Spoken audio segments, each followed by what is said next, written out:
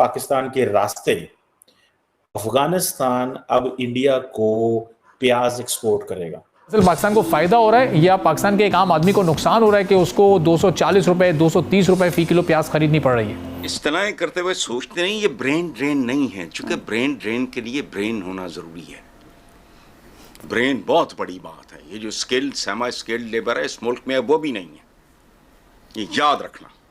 लेकिन अफसोस इस बात पर होता है कि जो काम मुल्क के अब्दी दुश्मन 75 साल में ना कर सके, वो इक़्तिदार की हवस में सियासी लिबादा ओढ़े एक शरपसंद गिरोह ने कर दिखाया। इस बयान मैंने पढ़ा और सुन करके तबीयत बाग बाग हो गई कि मज़ीद मुश्किल फ़ैसले करने पड़ेंगे। और ये मुश्किल फ़ैसले क्या हैं? ये तमाम मुश्किल फ़ैसले वो हैं कि जो उनके लिए आसान और मेरे और आपके लिए मुश्किल हैं। अब बिजली का बिल कितना है? पिछले महीने मेरे बिजली का बिल आया 70,000 रुपये।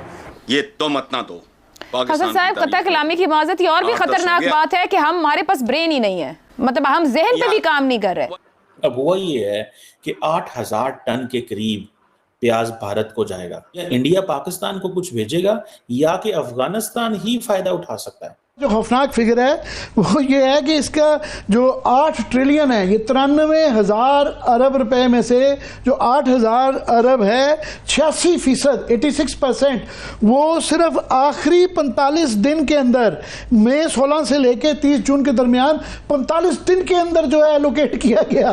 पता नहीं इतनी बड़ी अमाउंट कैसे एलोकेट हो सकती है। जौहरी धमाका कोई हो कि उस इलीट के अंदर से तब्दीली आ जाए, खुद उनका ज़मीर जाग जाए जो मुर्दा हो चुका है, और वो खुद सोचें कि अब हमें मजीद इस मुल्क के लोगों पे जुल्म नहीं करना। भाई इंडिया की जितनी जो सब्जियां हैं वो सेंट्रल एशिया तक जानी चाहिए, पाकिस्तान आनी चाहिए, हमारे यहाँ सस्ती हो जाएंगी।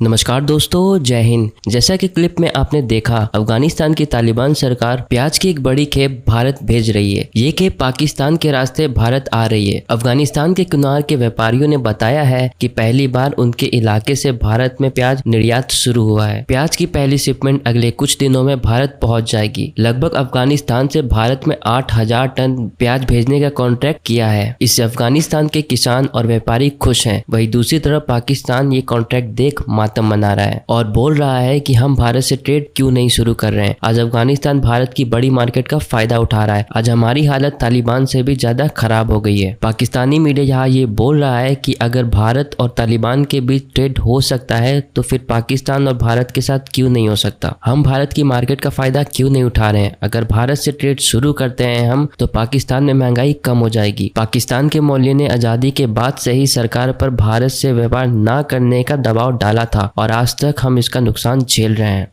भारत जो है उसने अफगान तालिबान के साथ एक रास्ता और कनेक्शन शुरू कर लिया है और यकीनन वो जो कनेक्शन है वाया पाकिस्तान ही शुरू हुआ है। देखना ये है कि और कनेक्शन क्या है। कनेक्शन ये है कि पाकिस्तान जो है, पाकिस्तान के रास्ते अफगानिस्तान अब इंडिया को प्याज एक्सपोर्ट करेगा। और ये जो एक अफगानिस्तान का इलाका है कुनर, वहाँ से जा रहे हैं। ये एक सूबा है कुनर वो इलाका है जहाँ पे पाकिस्तान ये समझता है कि पाकिस्तान के साथ ये मिलता है और वहाँ पे काफ़ी ज़्यादा दहशतगर्द जमातें छुपी हैं जो आए रोज़ पाकिस्तान पे हमले कर देती हैं। अब हुआ ये है कि 8,000 टन के करीब प्याज भारत को जाएगा। क्या पाकिस्तान बेच सकता है? क्या पाकिस्तान अफगानिस्तान इंडिया को कुछ भेज सकता है या इंडिया पाकिस्तान को कुछ भेजेगा या कि अफगानिस्तान ही फायदा उठा सकता है? एक एंगल तो ये है। दूसरा एंगल ये है कि क्या पाकिस्तान ने अपना सबक सीख लिया है कि हमने कारोबार नहीं करना और हर चीज में सिक्योरिटी लेके आनी है। ये हमने सबक सीखा है कि भैया हमने, अगर आप देखें पाकिस्तान की तारीख देखें तो बैक इन 1991 जब इंडिया ट्रेड लिबरलाइजेशन और इन तरफ जा रहा था तो उन्होंने पाकिस्तान को एक फ्री ट्रेड एग्रीमेंट तो चलो जो ऑफर किया, उन्होंने पाकिस्तान को एक MFN स्टेटस दिया इंडिया ने, most favourite nation status. Pakistan वो स्टेटस आज तक इंडिया को नहीं दे सका। क्यों? क्योंकि उस वक्त जो दाएं बाजू की जो मिलिटेंट ऑर्गेनाइजेशंस थी वो मना करती थी। वो कहती थी नहीं, पाकिस्तान को ये स्टेटस हमने नहीं देने देना। उसकी एक ही वजह है और वजह ये है कि अगर हमने ये most favourite nation status Bharat को दे दिया तो भारत तो बहुत अच्छा मुल्क बन जाएगा हमारी नज़र में, और जो अवाम के अंदर जो रेडिकलाइजेशन और जो नफरत के बीज बोए जा रहे थे वो ज़ाहिर बात है कम पड़ जाएंगे, मांद पड़ जाएंगे। हालांकि उनको पता नहीं था कि कारोबार का जब होता है तो कारोबार तो होना चाहिए।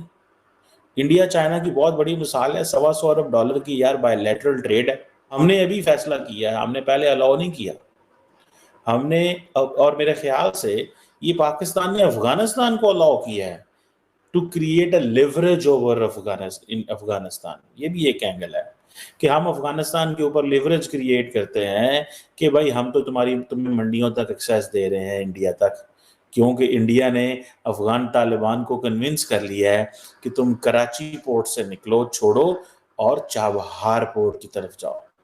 तो it seems there is a panic within Pakistan establishment, जो आपकी फॉरेन पॉलिसी एस्टैब्लिशमेंट। आप अपना भेजें। अभी सुनने में आया कि कोई 90 मिलियन अफगानी रुपीस का उन्होंने प्याज बेचा है इंडिया को, विच इज गुड।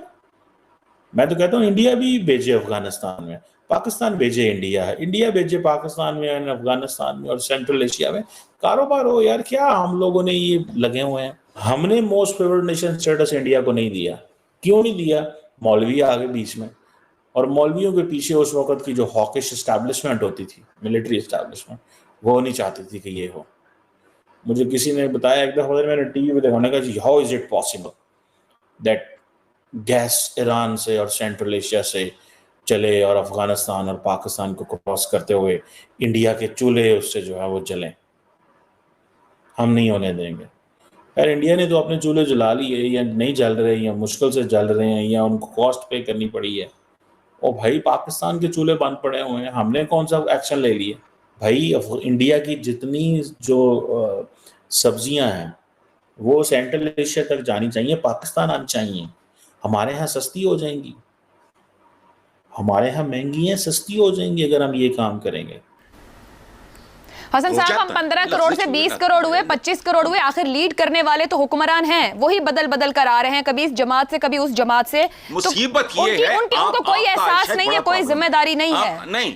नहीं, सुनो, नहीं, एक बात, ये आपने अभी भी लफ्ज इस्तेमाल किया, मैं फिर वही लगा था बक करने, आपने मुझे मजबूर कर दिया रिपीट करके। ये सियासतदान नहीं है भाई, ये फॉर्च्यून हंटर्स हैं। सर इंतजामिया भी तो है मुल्क की, हसन निसार साहब, एक इंतजामिया भी तो है। सुनो, इंतजामिया भी इन्हीं, वो भी इन्हीं के बड़े हुए गंदे नाखून है। मैं अभी परवेज मुशर्रफ साहब का सुन रहा था, IPPs की कहानी सारी, उनका एक इंटरव्यू था, ये आधा घंटा भी नहीं हुआ, पढ़ के देखो, रोंगटे खड़े हो जाते हैं। मुल्क बेच गए, वो लोगों का सौदा कर गए। तो ये इंतजामिया सिंध, ये इन्हीं के अंडे बचे हैं। ये सारा गंदगी का, मैंने कहा ना, गंदगी बेगेट्स गंदगी, इमोरैलिटी बेगेट्स इमोरैलिटी। दिस कंट्री, मैं जो कहता हूं, देखो बात सुनो, जब तक बुनियादी जौहरी तब्दीलियां, तुम जो मर्जी कर लो, यही पता नहीं है कि वो कौन करेगा। ठीक हो गया हसन साहब, आपकी गुफ्तगू ये कहती है कि कोई भी किसी को सजा देने को तैयार नहीं, मगर गलत रास्ता दिखाने को सब तैयार।